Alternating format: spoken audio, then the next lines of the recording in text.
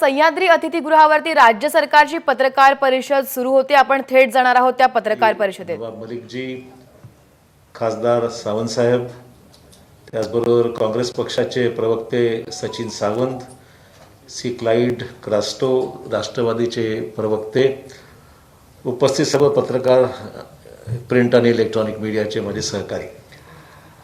आज मराठा आरक्षणासंदर्भामध्ये सर्वोच्च न्यायालयाने आज सकाळी 10:30 वाजता आपला निकाल जाहीर केलेला आहे। निकालाची अजूनही अधिकृत प्रत, ज्याला जजमेंटची कॉपी अद्यापही प्राप्त झालेली नाही। परंतु जी माहिती सकाळच्या जजमेंटच्या दरम्यान जी काही त्या ठिकाणी सर्वोच्च न्यायालयाने नमूद केलेलं आहे, त्याच्या आधारावर मी आपल्यासमोर राज्य शासनाची यामधली भूमिका या ठिकाणी मांडत आहे, माझ्या सहकाऱ्यांच्या सोबत मांडत आहे। एक तर आजचा निकाल हा अतिशय निराशजनक असा आम्हाला मानावा लागेल। मराठा समाजासाठी महाराष्ट्राला अन्याय महाराष्ट्रावर झाला असंच निश्चितच म्हणावं लागेल, कारण की संपूर्ण तयारीनिशी मराठा आरक्षण हे मिळालं पाहिजे, टिकलं पाहिजे अशी भूमिका। एक तर राज्यामध्ये हा विषय असताना संपूर्ण संवैधानिक प्रक्रिया पूर्ण करून राज्याच्या विधिमंडळामध्ये हा विषय पारित झाला होता, एकमताने झाला होता। मागील सरकार फडणवीसांचं असताना सभागृहात आलेला हा निर्णय एकमताने सर्व पक्षांनी मिळून या निर्णयाचं समर्थन दिलं। सर्व उच्च न्यायालयाने मराठा आरक्षणाच्या समर्थनार्थ त्या ठिकाणी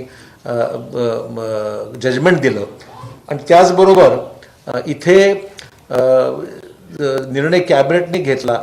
सर्व संवैधानिक प्रक्रिया या ठिकाणी पूर्ण झाली आणि तो कायदा त्यावेळेस अस्तित्वात आला।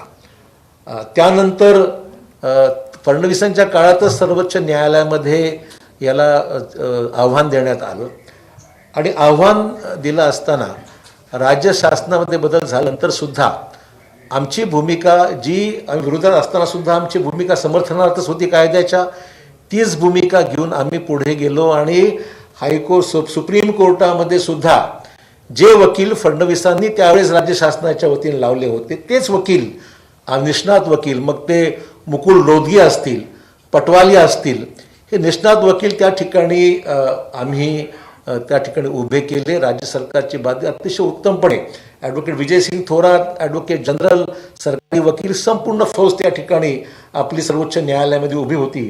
आणि त्याचबरोबर इतर जे हस्तक्षेप करणारे याचिकाकर्ते जे त्या ठिकाणी सुप्रीम कोर्टात गेले होते, तेही तिथे अतिशय त्यांच्या वतीने अभिषेक मनु सिंघवी असतील, कपिल सिब्बल असतील किंवा अन्य जवळपास 8-10 वकील होते, त्यांना सुद्धा जवळपास ही सुनावणी 10 ते 12 दिवस ही सुनावणी सातत्याने कंटिन्युअस हिअरिंग सुप्रीम कोर्टात झाली आणि या हिअरिंगच्या वेळेस सर्वांना बाजू मांडण्याची पूर्ण संधी दिल्या गेली। म्हणजे राज्य शासन असो, खाजगी याचिकाकर्ते असोत, ज्यांनी ज्यांनी समर्थनार्थ भूमिका घेतली त्या सर्वांना त्या ठिकाणी आपली बाजू मांडण्याकरता पूर्ण संधी त्या ठिकाणी मिळालेली आहे। त्यामुळे समन्वयाचा अभाव वगैरे असं कधीच नव्हतं। उत्तम म्हणजे यावेळेस मराठा आरक्षणाच्या संदर्भामध्ये जेवढ्या बैठका आम्ही आमच्या सरकारला घेतल्या, तेवढ्या मीटिंग्स, बैठका, चर्चा, कॉन्फरन्सेस हे मागच्या सरकारच्या वेळेस कधीही झालं नव्हतं। एवढ्या मीटिंग्स आम्ही या ठिकाणी घेतल्या। म्हणजे एकतर जेवढ्या राज्यातल्या जवळपास 60-70 मराठा संघटना आहेत, त्यांच्या व्हिडिओ कॉन्फरन्सेसच्या त्यांच्या बैठका मुख्यमंत्र्यांनी स्वतः घेतल्या, मी स्वतः त्या ठिकाणी होतो, आमचे उपसमितीचे सर्व सदस्य त्या ठिकाणी होते। त्या बैठका जवळपास 5 ते 6 वेळा झाल्या। जे मराठा समाजाचे वकील असलेली मंडळी जी कायदेशीर मुद्दे देत होते, त्यांचे समन्वय टीम एक चांगली उत्तम केली, ते सर्वोच्च न्यायालयामध्ये वकिलांना आपली भूमिका त्या ठिकाणी सांगत होते। आणि सगळ्या म्हणजे खासदार संभाजीराजे असतील, उदयनराजे महाराज असतील, लोकप्रतिनिधी जे ते असतील, या सर्वांच्या समन्वयातून वकिलांचा निश्चितच होता आणि ही जवळपास 12 ते 13 दिवस अतिशय उत्तम पद्धतीने आपल्या आर्ग्युमेंट्स सर्वोच्च न्यायालयामध्ये ही लढाई, जी न्यायालयीन लढाई होती, ती उत्तमपणे आपण सर्वांनी अतिशय चांगल्या पद्धतीने आम्ही मांडलेली आहे। त्याच्यामुळे ही जी काही भूमिका सर्वोच्च न्यायालयामध्ये होती, त्याच्यामध्ये कुठेही समन्वयाचा अभाव नव्हता, त्याच्यामध्ये कुठेही अडचणी नव्हत्या। सर्वांनी एक आणि काही उडीस कोणाचं म्हणणं असेल तर ते त्यांना म्हणता येणार नाही आता, कारण की त्यावेळी त्यांनाही सर्वांना संधी देण्यात आली होती. त्यामुळे असा विषय कधी नाही की कोणाला संधी मिळाली नाही, कोणी बाजू मांडू शकलं नाही, असं अजिबात नाही. सर्वांना आपले वकील उभं करण्याकरता भरपूर संधी देण्यात आलेली आहे. या निकालामध्ये जे मुद्दे आलेले आहेत त्याच्यावर मी भाष्य करणारच आहे. परंतु प्रामुख्याने इंदिरा साहनीचं जे काही केसला होता की 50%च्या वर आरक्षण देता येत नाही, याच्यावर सुद्धा युक्तिवाद झाला. आणि जी 102 वही घटना दुरुस्ती आहे, हे दोन प्रमुख मुद्दे या सर्व एकंदरीत चर्चेच्या सगळ्या अनुषंगाने जे प्रमुख मुद्दे आज सर्वोच्च न्यायालयामध्ये जजमेंटमध्ये सुद्धा आलेले आहेत, त्याच्यामध्ये इंदिरा साहनीची जी काही केस लॉ आहे तो सर्वोच्च न्यायालयाने अजूनही ग्राह्य धरलेला आहे, तो सेट असाइड केलेला नाही, तो लागू आहे. अशाच प्रकारची भूमिका ही केंद्र सरकारने घेतलेली आहे. आणि एक्सेप्शनल अँड एक्स्ट्राऑर्डिनरी सर्कमस्टन्स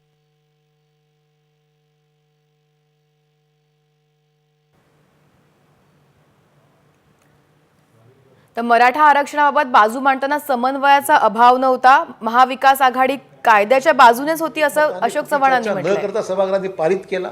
त्या अहवालाच्या आधारावरच बॅकवर्डनेस आहे म्हणून आम्ही तो सुद्धा तो स्वीकारला, सर्वांनी स्वीकारला. तर ते तिथे म्हणजे फडणवीस सरकारच्या निकालाला त्या ठिकाणी सर्वोच्च न्यायालयाने सेट असाइड केलं. गायकवाड समितीचा जो बॅकवर्ड कमिशनचा जो अहवाल आहे तो त्यांनी सेट असाइड केला, स्वीकारलेला, अस्वीकृत केला असंच म्हणावं लागेल. आणि 102वी घटना दुरुस्ती आहे हा त्यातला मेन विषय आहे. 102वी घटना दुरुस्ती, मी आपल्याला आठवत असेल की असेंब्ली हाऊस चालू असताना मी सभागृहात उठून निवेदन केलेलं आहे आणि त्या निवेदनामध्ये मी म्हटलेलं होतं की हे राज्याला अधिकार राहिलेले नाहीत. हे अटॉर्नी जनरल देशाच्या त्यांनी स्टेटमेंट केलं होतं. ते म्हणाले नंतर म्हणाले माझं व्यक्तिगत मत आहे. सुरुवातीला सर्वोच्च न्यायालयामध्ये ज्या वेळेस हे सगळं सुरू झालं त्यावेळेस अटॉर्नी जनरलला नोटीस दिल्या गेली होती, केंद्र सरकारला उत्तम संधी होती. तर अटॉर्नी जनरलने सुरुवातच अशी केली की राज्य शासनाला 102व्या घटना दुरुस्तीनंतर आता अधिकार राहिलेला नाही, हा त्यांचा मुद्दा होता. तो त्यांनी नंतर आरडाओरड झाली, कारण मी स्टेटमेंट सभागृहात जे केलं त्याच्यात आरडाओरड झाली यांची की नाही तुम्ही चुकी सांगता, म्हणून मी चुकी सांगत नाही, जे रेकॉर्डवर आहे तेच मी त्या ठिकाणी मांडत आहे. आणि मी रेकॉर्ड मांडला असताना माझ्या हक्कभंग टाकण्यापर्यंत फडणवीसांनी उल्लेख केला. मी तर त्यांना हे सांगितलं माझं स्टेटमेंट मीच केलेलं नाही, तुमच्या अटॉर्नी जनरलनी केलेलं स्टेटमेंट आहे. आणि नंतरची सविस्तर एकंदरीत जी मांडणी झाली त्याच्यामध्ये अटॉर्नी जनरल आणि केंद्र सरकारने सांगितलं की नाही राज्याला अधिकार आहेत. म्हणजे पहिल्यांदा एक म्हणाले की राज्याला अधिकार नाहीत आणि नंतर त्यांनी खुलासा केला नाही की राज्याला अधिकार आहेत. दोन स्टेटमेंट्स आहेत. पण आजच्या ज्या काही जजमेंट आलेलं आहे आपल्याला मुद्दाम मला नमूद करायचं आहे, या 2-3 तारखेकडे आपल्या सर्वांचं मला लक्ष या निमित्ताने मुद्दाम वेधायचं आहे. आपल्याला कल्पना आहे की 102वी घटना दुरुस्ती आहे ही 14 ऑगस्ट 2018 रोजी झाली. जी कॉन्स्टिट्युशनल अमेंडमेंट आहे, घटना दुरुस्ती आहे 102ची, ती 14 ऑगस्ट 2018ला झाली. 15 नोव्हेंबर म्हणजे त्याच्यानंतर 15 नोव्हेंबरला गायकवाड आयोगाचा अहवाल हा सादर झाला व त्या सरकारने या अहवालाच्या आधारावर 30 नोव्हेंबर 2018ला मराठा आरक्षणाचा कायदा दोन्ही सभागृहामध्ये विनाचर्चा एकमताने पारित करून दिला. आता आमचा मुद्दा एवढा, सर्वोच्च न्यायालयाने आज काय म्हटलेलं आहे?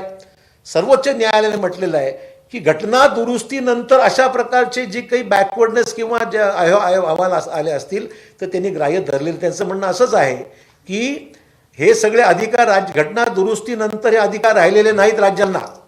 हा लिगल मुद्दा आहे जे मला मुद्दाम जनतेला आपल्या माध्यमातून पोचवायचा आहे. 102वी घटना दुरुस्ती 14 ऑगस्ट 2018 झाल्यानंतर राज्याला अधिकार राहिलेले नाहीत. बॅकवर्डनेसच्या संदर्भामध्ये सिद्ध करण्याच्या बाबतीमध्ये असा कायदा करणे, असा अधिकार राहिलेला नाही, हे आज सर्वोच्च न्यायालयामध्ये निक्षूळ सांगितलेलं आहे. आणि त्यामुळे फडणवीसांनी आपल्याला आज जे केलेलं आहे ते म्हणजे एकतर सभागृहाची दिशाभूल केली आणि आज फसवणूक करतायत. म्हणजे एकीकडे त्यावेळेस म्हणजे आपल्याला अधिकार नसताना आणि त्यांनी आज काय सांगितलं की आम्ही कायदा अगोदरच पारित केला होता, त्याचं फक्त एक्सटेन्शन आम्ही आज दिलेलं आहे. तर मला मुद्दा फडणवीस साहेबांना विचारायचं आहे, आपण कायदा जरा नीट वाचा. कारण तुम्ही ज्यावेळेस मला हक्कभंगाची नोटीस दिली त्यावेळेस मी स्वतः कायद्याची प्रत घेऊन तुमच्या असेंब्लीच्या प्रेस रूममध्ये ती प्रत दाखवलेली आहे आपल्याला की जुना कायदा नवीन कायदा आल्यानंतर जुना कायदा आपोआप रद्द होतो, हे तुमच्या कायद्यामध्ये त्याचा उल्लेख आहे. तुम्ही त्याची प्रत आज सगळीकडे ओपन सर्वांना पब्लिक डोमेनमध्ये उपलब्ध आहे. तो कायदा असा म्हणतो की एकदा नवीन कायदा आल्यानंतर जुना कायदा आपोआप रद्द होतो. त्यामुळे मुद्दा असा आहे की जुना कायदा अस्तित्वात नव्हता.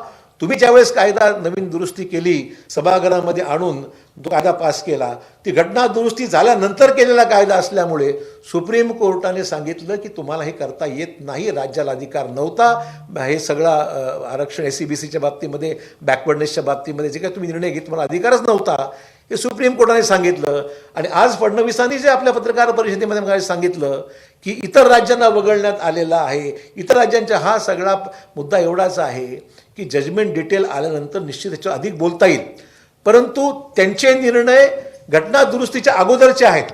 मला मुद्दाम स्पष्ट करायचं आहे, इतर 7 ते 8 राज्य म्हणजे तामिळनाडू असेल, राजस्थान असेल, छत्तीसगड असेल, हरियाणा असेल, जे काही इतर राज्यांचा उल्लेख आहे सब्जेक्ट टू करेक्शन, कारण की डिटेल माहिती घ्यावी लागेल, बहुतांश राज्याचे निर्णय हे घटना दुरुस्तीच्या अगोदरचे निर्णय आहेत. आणि आपला निर्णय जो राज्य सरकारचा घेतलेला आहे ती घटना दुरुस्ती झाल्यानंतर निर्णय घेतलेला आहे. म्हणून सुप्रीम कोर्टाने तो सेट असाइड केला, अस्वीकृत केलेला आहे. मला एवढा मुद्दा या ठिकाणी सांगायचा आहे. त्यामुळे आता मुद्दा एवढाच आहे याच्यामध्ये की केंद्र सरकारला आता हे सिद्ध करायचं आहे. मुद्दाम या ठिकाणी नमूद करायचं आहे की केंद्र सरकारची जी पार्लमेंटरी कमिटी होती तिथे हे प्रश्न निघाले होते की 102व्या घटना दुरुस्ती तुम्ही करताय, मग राज्यांच्या अधिकाराचं काय? त्यावेळेस केंद्रीय मंत्र्यांचं ऑन रेकॉर्ड आहे की राज्याचे अधिकार अबाधित आहेत, हे केंद्रीय मंत्री म्हणतात. मिनिट्समध्ये एके ठिकाणी येतं. सुप्रीम कोर्टामध्ये अटॉर्नी जनरल 2दा वेगळे स्टेटमेंट करतात आणि सुप्रीम कोर्ट आज म्हणतं की नाही, तुम्हाला अधिकार राहिलेले नाहीत. आमचं म्हणणं एवढंच आहे, केंद्र सरकारच्या अखत्यारीकीत हा विषय आहे, त्यांनी ही जबाबदारी घ्यावी. केंद्र सरकार म्हणतं ना की आता केंद्र सरकारच्या अखत्यारीकीत हा विषय आहे, राष्ट्रपतींकडे हा अधिकार आहे, राज्यांनी तो शिफारस करून पाठवावा. आम्ही सर्व ती प्रक्रिया पूर्ण करायला तयार आहोत. अजूनही हा लढा संपलेला नाही. आमचं स्पष्ट मत आहे, मराठा समाजाला आरक्षण देण्यासंदर्भातला हा लढा अद्याप संपलेला नाही. जे काही कायदेशीर आमच्याकडे जे पर्याय उपलब्ध आहे त्या पर्याय उपलब्ध अजूनही आहेत. त्या पर्यायापैकी महत्त्वाचा आहे की आता अधिकार त्यांनी सांगितलंय की केंद्राच्या कमिशनकडे आहेत आणि केंद्राचं कमिशन हे राष्ट्रपतीकडे शिफारस करू शकते. तर आम्ही केंद्राकडे आमचा हा प्रस्ताव पाठवून देऊ. त्याच्यामध्ये ज्या ज्या काही समजा उणिवा असतील त्या निश्चित दूर केल्या जातील. मागच्या सरकारच्या काळामध्ये ज्या काही उणिवा ठेवल्या असतील, राहिल्या असतील, त्या आम्ही दूर करू आणि त्या दूर करून आमचा अहवाल मराठा आरक्षणाचं आणि मराठा समाजाला एक्स्ट्रॉर्डिनरी आणि एक्सेप्शनल सर्कमस्टन्स कशा आहेत हे सिद्ध करून तो आम्ही अहवाल केंद्राकडे पाठवू. तो अहवाल केंद्राच्या बॅकवर्ड कमिशननी पाहावा, त्यांनी तो निर्णय घ्यावा आणि बॅकवर्ड कमिशन निर्णयानंतर मग राष्ट्रपतींच्या तिकडे तो जाईल अंतिम होण्याकरता. आमच्याकडून शिफारस करून आम्ही केंद्राचं जे काही कमिशन राहील याच्यामध्ये त्यांच्याकडे सुप्रीम कोर्टाच्या सूचनेप्रमाणे, कारण की सुप्रीम कोर्टच आज म्हणतंय की हे सगळे अधिकार आता केंद्राकडे आहेत, तर आम्ही केंद्राला पाठवून देऊ, त्यांनी तो निर्णय घ्यावा. अशा प्रकारची आमची निश्चितच भूमिका ही हे सर्व अधिकार आजच्या जजमेंटमुळे राष्ट्रपती 102व्या घटना दुरुस्तीनंतर ही अधिकार राष्ट्रपतीकडे गेल्याच्या संदर्भामध्ये आज उल्लेख या ठिकाणी झालेला आहे. त्यामुळे आज फडणवीसांचा पूर्ण आदर मी करतो. विरोधी पक्ष नेते आहेत, राज्याचे माजी मुख्यमंत्री आहेत, पण मला या ठिकाणी मुद्दाम सांगायचं आहे की त्यांनी कृपया दिशाभूल करण्याचं मला विनंती करायची आहे. वस्तुस्थिती जी आहे, जनतेला भडकवण्याचं काम कोणीही करू नये. समाजालाही विनंती आम्ही करू की हे न्यायालयीन लढाईमध्ये आपण कुठेही कमी पडलेलो नाही. सातत्याने उल्लेख करत होतो या ठिकाणी की त्यांचं ट्रान्सलेशनच गायकवाड अहवालाचं ट्रान्सलेशन झालं नाही. मुळातच गायकवाड अहवाल इंग्रजीमध्ये आहे. मुळातच गायकवाड अहवाल जो आहे, गायकवाड कमिशनचा जो अहवाल आहे तो इंग्रजीमध्ये आहे. तेव्हा त्याचं ट्रान्सलेशन अजून काय करायची गरज आहे? ॲनेक्शरचा मुद्दा वेगळा, पण गायकवाड कमिशनचा मूळ जो गाभा आहे, जो रिपोर्ट आहे तो हा इंग्रजीमध्ये असल्यामुळे त्याच्यामध्ये ट्रान्सलेशनचा विषय जो आहे तो अजिबात उद्भवत नाही आहे.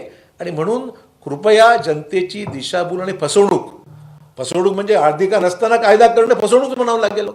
एकीकडे आज सुप्रीम, आणि हे मी जे बोलत नाही, सुप्रीम कोर्टाने शिक्कामोर्तब ज्या गोष्टीवर आज केलेला आहे की तुम्हाला अधिकारच नव्हता, मग असा प्रश्न निर्माण होतो की अधिकार नसताना तुम्ही निर्णय घेता, याचा अर्थ तुम्ही जनतेची फसवणूक केली, सभागृहाची फसवणूक, दिशाभूल केली, आणि आज तुम्ही लोकांची दिशाभूल करतायत वेगवेगळी वक्तव्य करून. तर मला वाटतं की हा मराठा आरक्षणाचा विषय, ह्याला कृपया राजकीय ह्याचा फायदा उचलण्याचं काम आम्ही केलं नाही. आम्ही तुमचं सरकार असताना सुद्धा त्यावेळेस समर्थनार्थ भूमिका घेतली, कुठे बरंच सुद्धा विरोधात आम्ही काढला नाही. आणि तुम्ही आज सुप्रीम, मग तुमचा निर्णय, आजचा निर्णय रद्दबादल, तुमचा निर्णय सुप्रीम कोर्टाने रद्दबादल केला, त्याला हे सरकार जबाबदार आहे का? हा खरा प्रश्न यातला आहे. तुमचे सरकार, आम्ही तेच तुमच्या सरकारने केलेला अहवाल, प्राप्त केलेला अहवाल, तुम्ही घेतलेला निर्णय, तुम्ही केलेला कायदा, तोच पुढे सुप्रीम कोर्टात गेला. आम्ही काय नवीन कायदा केलाच नव्हता. त्याच्यामुळे तिथे तुम्ही जे आज बोलताय ढकलाढकलीचं काम कृपया करू नका. आम्ही त्याच्यामुळे सुद्धा तुमच्या विरोधात काही बोलत नाही, पण तुम्ही दिशाभूल करत आहात म्हणून हे स्पष्टीकरण या निमित्ताने मित्र मला मुद्दाम या ठिकाणी करायची वेळ आलेली आहे. त्यामुळे एक्स्ट्राऑर्डिनरी सर्कमस्टन्स कशी काय आहेत त्या मी निश्चितच आपल्याला सिद्ध करून देऊ. त्यानंतर इतर ज्या मराठा समाजासंदर्भातल्या आज दुपारी कॅबिनेट आहे, या कॅबिनेटमध्ये सुद्धा निश्चितच आजचा निकालामध्ये जे काही उल्लेख आलेले आहेत, जजमेंट हाती यायचे अद्याप, पण जे काही उल्लेख आलेले आहेत त्या अनुषंगाने पुढील जी काही कायदेशीर प्रक्रिया आहे ती पूर्ण करण्याच्या संदर्भामध्ये पुढची कारवाई निश्चित मंत्रिमंडळ विचारविमर्श करेल. मुख्यमंत्री स्वतः संध्याकाळी आपल्याशी संवाद फेसबुक किंवा अन्य माध्यमातून आपल्याशी करण्याची शक्यता आहे. आणि जी काही इथली जी कायदेशीर बॅकग्राऊंड आहे ती मी आपल्याला या ठिकाणी सांगितलेली आहे. आणि वेळ संपलेली नाही, लढा संपलेला नाही आहे. या निर्णयाच्या पार्श्वभूमीवर जे काही कायदेशीर पर्याय आपल्याकडे उपलब्ध आहेत त्या बाबतीमध्ये निश्चित पुढची कारवाई केली जाईल. त्याचबरोबर शिक्षण, रोजगार, स्कॉलरशिप वगैरेच्या बाबतीमध्ये जे काही निर्णय अगोदरच झाले आहेत त्याचा पाठपुरावा करून त्याला गती देण्याच्या बाबतीमध्ये शासन, बाकी हॉस्टेल्सचा विषय आहे त्याही बरोबर शिक्षणाच्या, रोजगाराच्या संदर्भात आणि स्कॉलरशिपच्या बाबतीमध्ये या सगळ्या गोष्टी निश्चितच आम्ही मार्गी लावण्याचा, त्याला गती देण्याचा प्रश्न निश्चितच मार्गी आम्ही लवकरात लवकर निर्णय घेऊ, मला मुद्दाम सांगायचं आहे. त्यामुळे दिशाभूल अजिबात नाही, वस्तुस्थिती आपल्यासमोर मांडलेली आहे, जी खरी बाजू आहे ती या निमित्ताने स्पष्ट करण्याच्या बाबतीमध्ये भूमिका घेतलेली आहे. यानंतर नवाब मलिकजी ही हिंदीमध्ये, मैंने मराठी थोड़ा बोलता हूँ. आज सुप्रीम कोर्टमध्ये 5 जजेसच्या बेंचनी मराठा आरक्षण रद्द करण्याचा निर्णय जाहीर केला. त्याचा मूल आधार म्हणजे राज्यांना हे अधिकार राहिलेला नाही असे 3-2 च्या बहुमतावर हा निर्णय झालेला आहे. ज्या पद्धतीने चव्हाण साहेबांनी सांगितलं की या देशामध्ये 102 घटना दुरुस्ती जे करण्यात आली, घटनेमध्ये 14 ऑगस्ट 2018ला घटना दुरुस्ती करून 342A हे नवीन कलम ऍड करण्यात आला. जेव्हा हा कलम ऍड करण्यात आला, पार्लमेंटमध्ये चर्चा होत असताना सर्वांनी हे त्याच्यावर आक्षेप घेतला की ही घटना दुरुस्ती करून तुम्ही कुठेतरी राज्यांचे अधिकार हुसकून घेताय. तेव्हा पार्लमेंटमध्ये केंद्र सरकारच्या वतीने सांगण्यात आलं की राज्यांचे अधिकार अबाधित राहील. पण आज सुप्रीम कोर्टाने तेच धागा पकडून जो आपला कायदा आहे या घटना दुरुस्ती नंतर करण्यात आला, त्यामुळे या कायद्याला रद्द करण्याचा निर्णय सुप्रीम कोर्टाने घेतलेला आहे. निश्चित रूपाने पुढे कायदेशीर जे काही लढाई निश्चित रूपाने राज्य सरकार लढेल, पण या निकालानंतर आता जबाबदारी केंद्र सरकारची आहे. या निकालामध्ये स्पष्टपणे सांगण्यात आलेलं आहे की बॅकवर्ड कमिशनकडे राज्य सरकारने शिफारस केल्यानंतर ते कमिशन राष्ट्रपतीकडे शिफारस करत असतील, राष्ट्रपतींनी मान्यता दिल्यानंतर एखादा आरक्षण कोणालाही देऊ जाऊ शकत आहे. आजच्या निकालानंतर निश्चित रूपाने तिन्ही पक्षाची बैठक झाल्यानंतर आम्ही स्पष्टपणे भूमिका घेतलेली आहे की राज्य सरकारच्या वतीने बॅकवर्ड कमिशनला आम्ही शिफारशी करू. पण त्याआधी आम्ही मागणी करतो की केंद्रामध्ये बॅकवर्ड कमिशन अजून नेमण्यात आलेला नाही. केंद्राने तात्काळ बॅकवर्ड कमिशन नेमलं पाहिजे.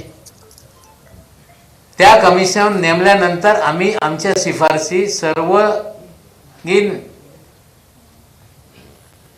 कुठल्या पद्धतीने हे आरक्षण देणं गरजेचं आहे आमची बाजू त्या कमिशनकडे मांडू आणि कमिशनच्या माध्यमातून राष्ट्रपतीच्या माध्यमातून केंद्र सरकारने मराठा आरक्षणाला मान्यता मिळवून द्यावा हे आम्ही त्यांच्याकडे मागणी करतोय. राज्याचे माजी मुख्यमंत्री देवेंद्र फडणवीस साहेब आज कुठेतरी राजकारण करत होते. ते सांगत होते की कोर्टासमोर राज्य सरकारने नीट बाजू मांडलेली नाही. चव्हाण साहेबांनी स्पष्ट केलेलं आहे की 30 वकील कुठलेही वकील बदलण्यात आले नाही, उलट आणखीन चांगले वकील देण्यात आले. ते सांगताय की राज्य सरकारने असं मांडलं नाही की हा कायदा जे 14 ऑगस्ट 2018ला घटना दुरुस्ती झाली त्याच्या आधीचा कायदा आहे, ते कुठेतरी महाराष्ट्राच्या जनतेची दिशाभूल करत होते. तो कायदा करत असताना नवीन कायदा आहे ते त्यांनीच केलेलं आहे. ते दिशाभूल करत होते की गायकवाड कमिशनच्या ट्रान्सलेशन देण्यात आलं नाही. मूलतः तो कुठेतरी इंग्लिशमध्येच आहे. म्हणजे एकंदरीत आज ज्या पद्धतीने देवेंद्रजी बोलत गेले, जनतेची दिशाभूल करत गेले, कायदा नवीन करण्यात आला. जर राज्याला अधिकार नाही तर कायदा कसं तुम्ही केला? म्हणजे एकंदरीत हा सगळं संशय आहे. निश्चित रूपाने तिन्ही पक्षाच्या सरकार असताना, आधीच्या आमच्या 2 पक्षाच्या सरकार असताना सर्वांची भूमिका हे मराठा समाजाला आरक्षण मिळालं पाहिजे हीच होती. पुढे आणखीन जे सरकारच्या वतीने करता येईल निश्चित रूपाने सरकार करेल. पण देवेंद्रजी हे खोटा बोलताय आज स्पष्ट झालेलं आहे.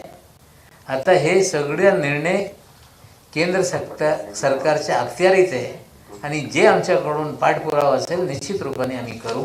आणि काही प्रश्न असतील तर आता शिवसेनेच्या वतीने निवेदन होईल, मग प्रश्न असतील तर प्रश्न उत्तर करता येईल आणि हिंदीमध्ये नंतर बोलतो.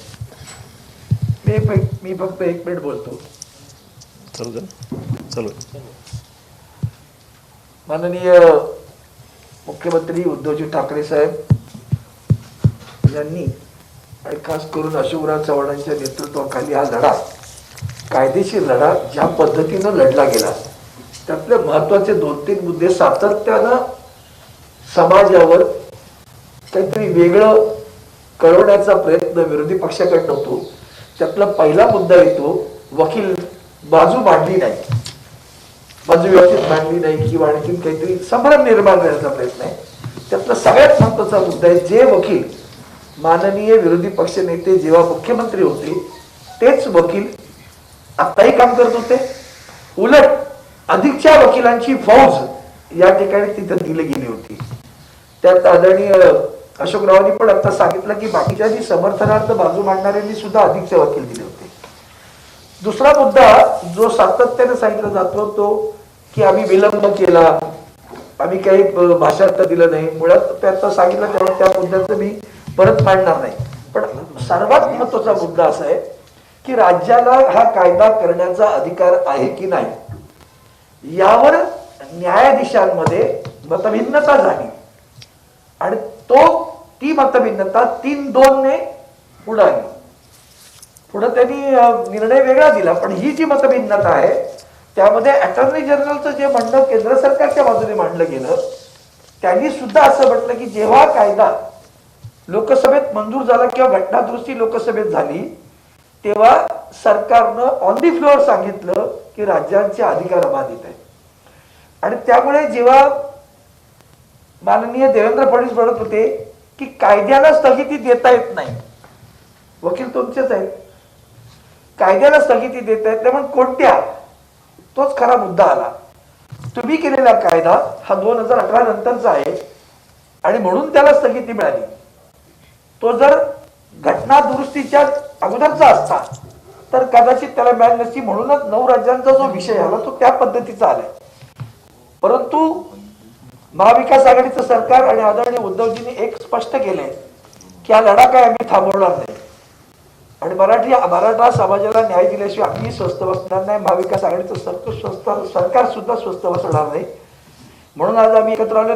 माननीय अशोकरावांनी सांगितल्याप्रमाणे पूर्ण निकालाची प्रत हातात नाहीये, पण जो निकालाचा सारांश आला त्या सारांशामधनं जे काही कळलंय ते या पद्धतीचं आहे. त्यावर आता बाकीचे खुलासे त्यांनी केलेले आहेत आणि मला असं वाटतं की शिवसेनेच्या वतीनं सुद्धा आम्ही तिन्ही पक्षाचे नेते ते बसलेलो आहोत. आमच्या दृष्टीने एवढंच महत्वाचं आहे की आत्ता महाराष्ट्रामध्ये करोनाची प्रचंड लाट आहे. करोनाग्रस्त महाराष्ट्र आहे. अशा वेळेला आमच्या मराठा समाजानं कुठलंही असं पाऊल उचलू नये जेणेकरून आधीच समाज त्रस्त आहे, साराच समाज त्रस्त आहे, त्यात अधिक भर पडेल असं कुठलंही पाऊल उचलू नका. शासन तुमच्या सोबत आहे, सरकार तुमच्या सोबत आहे. म्हणून आम्ही सगळे एकत्र येऊन तुम्हाला आवाहन करत होतो. धन्यवाद. येस मुख्यमंत्र्यांची पहिल्या दिवसापासूनची म्हणजे विशेषतः माजी मुख्यमंत्र्यांनी आरोप केलाय की उद्धव ठाकरे यांचाच मराठा आरक्षणाला विरोध होता. नाही, असं आहे की राणे साहेबांना हे माहिती मी देतोय की भाजप आणि देवेंद्रजी पहिल्यापासून या कायद्याच्या विरोधात आणि मराठा समाजाला आरक्षण द्यायचं नाही या भूमिकेत नाही. आज जे लोक सुप्रीम कोर्टमध्ये याच्या विरोधात बाजू मांडताय ते सगळे भाजपची गँग आहे.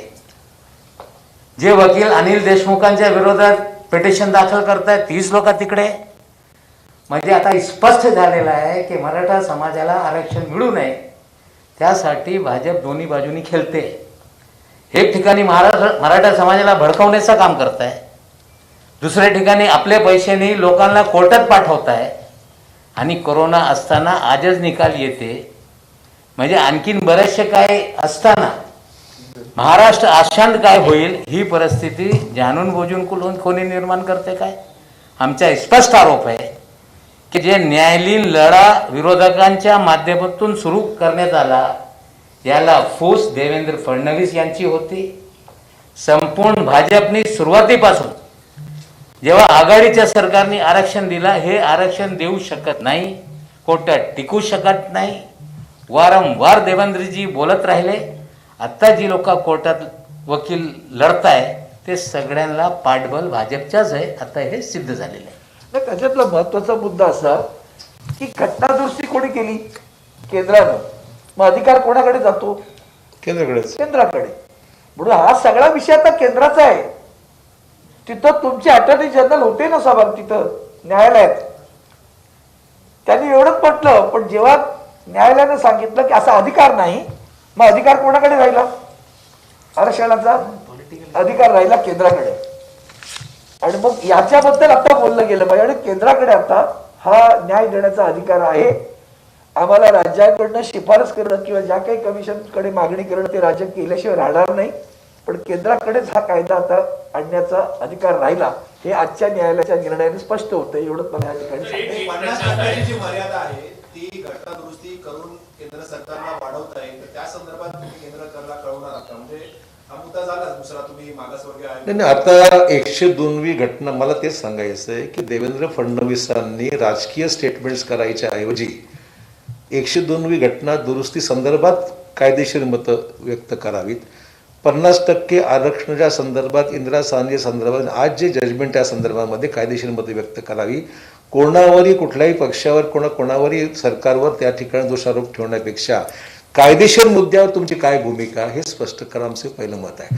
दुसरं मत असं आहे की 50%च्या वर आरक्षणाच्या संदर्भामध्ये आता आज सुप्रीम कोर्टाने सांगितलं आहे की कुठल्याही स्टेटला इकॉनॉमिकल बॅकवर्डनेस किंवा कुठल्याही प्रकारचा मागासलेपण सिद्ध करण्याचा किंवा निर्णय घेण्याचा अधिकार आता राहिलेला नाही आहे. तो केंद्र सरकारचा अधिकार आहे, केंद्र सरकारच्या कमिशनचा अधिकार आहे. त्याच्याकडे शिफारस करून पाठवून त्यांनी राष्ट्रपतींकडे हा सगळा अहवाल दिला. नंतर राष्ट्रपती त्याला अनुमोदन किंवा मान्यता द्यावी आणि जी सूची आहे बॅकवर्ड क्लासेसची ती केंद्र सरकारच आता घोषित करेल अशा प्रकारचा निर्णय त्यांनी दिलेला आहे. ही घटना दुरुस्ती नंतरची गोष्ट आहे. त्यामुळे या सगळ्या कायदेशीर मुद्द्यावर त्यांनी बोलावं, आमचं म्हणणं एवढंच आहे.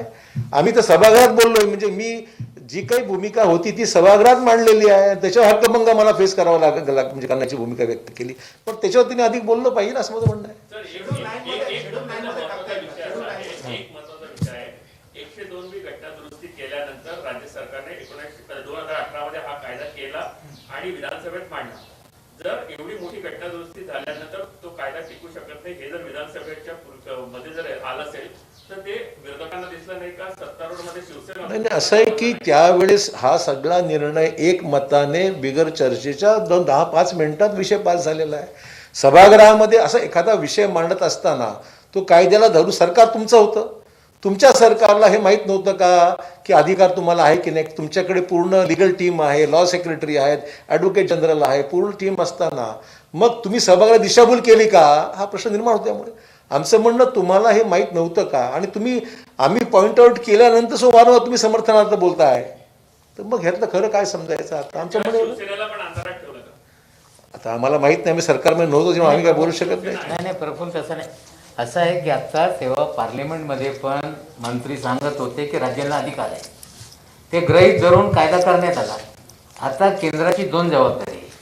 एक तरी राज्यांना अधिकार आहे हे कोर्टातून आम्हाला मिळवून दिलं पाहिजे एक, आणि दुसरा जर तो मिळवता येत नसेल तर आम्ही जे शिफारशी करतोय बॅकवर्ड कमिशन त्यांनी नेमावा, आम्ही शिफारस करू आणि राष्ट्रपतींनी त्यांना मान्यता द्यावा. आता दोन्ही जबाबदाऱ्या म्हणजे राज्यांना जर अधिकार असेल ते कोर्टाकडून आदेश मिळवून द्यावा, जर नसेल तर आम्ही शिफारस करू, त्याला राष्ट्रपतीकडून मान्यता मिळवून द्यावा. म्हणजे आता केंद्राकडून सगळा विषय तात्काळ त्यांनी करावा, आम्ही त्यांना मदत करण्याची तयारीत आहोत. याच्यात बराच काळ जाऊ शकतो कारण तुम्ही सांगितल्यानुसार मागासवर्ग आयोगच नाहीये, तो पहिला स्थापन करावा लागेल. मग आता आमच्या अधिकारात जे आहे ते आम्ही करू, पण आजच्या निकालानंतर 2 विषय केंद्राकडे जबाबदारी आहे. पहिला विषय की जे पार्लमेंटमध्ये सांगण्यात आला की राज्यांच्या अधिकार अबाधित आहे, त्या अबाधित गृहीत धरून हा कायदा करण्यात आला. आज निकालामध्ये राज्यांना अधिकार नाही असा स्पष्ट झाल्यानंतर राज्याला अधिकार मिळवून देण्यासाठी त्यांना काय करता येईल, घटना दुरुस्ती करायची असेल तर पुन्हा करा, आमच्या अधिकार मिळवून द्या जे तुम्ही पटलावर सांगितलेलं एक. मला फडणवीस साहेबांचं अजून एक विधान तुम्हाला आठवण करून द्यायची आहे की आमचा कायदा फुल प्रूफ आहे. आम्ही जे केलेलं आहे कायद्याच्या सर्व चौकटीमध्ये बसणारं आहे आणि त्याच्यामुळे आमचा कायदा फुल प्रूफ आहे अशा प्रकारचं विधान सभागृहामध्ये आणि सभागृहाच्या बाहेर सुद्धा त्यांनी केलेलं आहे. मग फुल प्रूफ असतं तर महाचा निकाल का लागला असा. म्हणणं आहे की तुम्ही जो मुद्दा विधानसभेत मांडला होता 102 संशोधन संदर्भातला, त्यांचं म्हणणं होतं की कायदा 2013 मध्ये जेव्हा काँग्रेस राष्ट्रवादी सरकार होतं तुम्ही कायद्याची आता आम्ही फक्त तुम्ही असं आहे, मी काय म्हणतो हा विषय नाही, सुप्रीम कोर्टाने काय म्हटलं हा विषय आहे. सुप्रीम कोर्ट तोच बेस देऊन त्याच्यावर सांगितलं नाही तुमचा निर्णय जो झालेला आहे तो घटना दुरुस्ती नंतर झाला म्हणून सेट असाइड झाला. मी काय म्हणतो त्यापेक्षा सुप्रीम कोर्टाने काय म्हटलं हे महत्त्वाचं आहे त्याच्यात. आणि मी सभागृहात आणि सभागृहाच्या बाहेर सुद्धा कायद्याच्या प्रती तुम्हाला दाखवल्या होत्या, त्या प्रतीमध्ये म्हटलेल्या की मागचा कायदा आपोआप रद्द झाला नवीन कायदा आल्यानंतर, हे स्पष्ट आहे त्याच्यामध्ये. जर प्रामुख्याने घटना दुरुस्ती झाल्यानंतर राज्यांचे अधिकार कायम राहतील असं जर केंद्र सरकारने संसदेत सांगितलं होतं तर ती बाब न्यायालयाच्या निदर्शनास आणून दिली का? आणि त्यामुळे कुठे सुप्रीम कोर्टामध्ये सर्व वरचं तुमचा गव्हर्नमेंट ऑफ इंडिया शांत राहिली, कुठे बोललेच नाही ना. अटॉर्नी जनरल स्वतः पार्टी होते, त्यांनी ह्या विषयावर काही भाष्यच केलं नाही. पण राज्याचे अधिकार जर अबाधित असले किंवा आहेत म्हटलं असेल, जे त्यांनी पार्लमेंटरी कमिटीमध्ये म्हटले ते म्हणायला पाहिजे सुप्रीम कोर्टामध्ये काय आहे ते. तर मग तुम्हाला असं म्हणायचं आहे का की एकतर आपण कायदेमंत्र्यांची देखील बैठक लावण्याचा प्रयत्न केला, अटॉर्नी जनरलला बोलवलं, ते आले आणि अटॉर्नी जनरलने 2 वेळा वेगळ्या भूमिका मांडल्या की एकतर असा कायदा करायचा अधिकार नाही, नंतर म्हटलं नाही आहे. ह्या सर्व ज्या वेगवेगळ्या भूमिका झाल्या केंद्र सरकारकडनं अटॉर्नी जनरलकडनं, ह्याचा फटका महाराष्ट्राला बसला. नाही, मला एवढंच सांगायचं आहे की आपण म्हणता ती बरोबर आहे की आम्ही दोन्ही सरकार म्हणून चर्चा करता येते या विषयावर. अटॉर्नी जनरलला आम्ही विनंती केली होती की आमचे ॲडव्होकेट जनरलला तुमच्याकडे पाठवतो, काही गैर नव्हतं, कायदेशीर मुद्दा का कुठल्या पक्षाचा किंवा काही पॉलिटिकल विषय नाही आहे. तर त्यांनी ती भेट नाकारली नंबर 1. कायद्यामंत्र्यांना विनंती केली होती की तुम्ही मुख्यमंत्र्यांशी डायलॉग करा, त्यांनी सुद्धा VCवर मिटिंग जी ठरली त्यामुळे त्यांनी अमान्य केलं. हे 2 घटना रेकॉर्डवरच आहेत ना, आम्ही त्यांना विनंतीच केली होती. हा प्रश्न मग समन्वयाचा अभाव आमच्याकडून होतं का? मग तिकडून जर तुम्ही प्रतिसाद देत नसाल, तुमची लॉ केंद्रीय मंत्री आहेत, तुमचे अटॉर्नी जनरल आहेत, हे या सगळ्या कायदेशीर जे सरकार लढतंय आरक्षणाच्या बाजूने, तर दोन्ही सरकारं एकत्र येण्याच्या बाबतीत तुमची भूमिका जी होती ती उदासीन होती. म्हणून काही गोष्टी तशा तुमच्याकडून प्रतिसाद मिळाला असता तर कदाचित चित्र वेगळं राहिलं असतं. तुमचा जर अटॉर्नी जनरल सुप्रीम कोर्टात जर बाजू ही मांडली असती कदाचित की नाही हा अधिकार राज्यांना आहे, तर मग हा विषय कदाचित आला नसता. तर ज्या अर्थी सुप्रीम कोर्टाने शिक्कामोर्तब केला, अधिकारच राहिलेला नाही आहे, तर सुप्रीम कोर्ट जजमेंटवर काही मी कॉमेंट करू शकत नाही. ते जजमेंट दिलंय आज.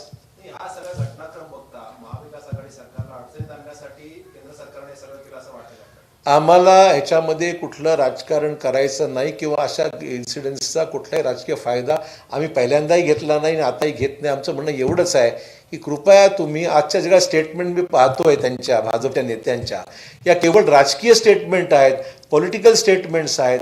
कायद्याला धरून कोणीही त्याच्यावर एक शब्दही बोलायला तयार नाही. It's purely political. याचा राजकीय फायदा उचलण्याकरताच कार्यक्रम सुरू झाला आहे. ज्यांना चंद्रकांत पाटील, दुर्दैवाने चंद्रकांत पाटलांनी कायदा कसा आहे काय वाचलं, कधी वाचलेलाच नसावा असं वाटतं आम्हाला.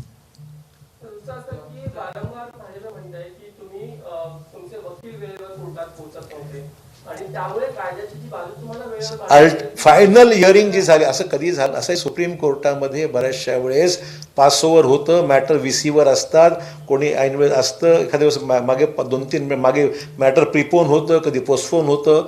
परंतु ही जी फायनल हिअरिंग झाली ती कंटिन्युअस शेड्यूलप्रमाणे झाली आणि फायनल हिअरिंगला एकही दिवसामध्ये कुठलाही वकील आमचा गैरहजर राहिलेला नाही.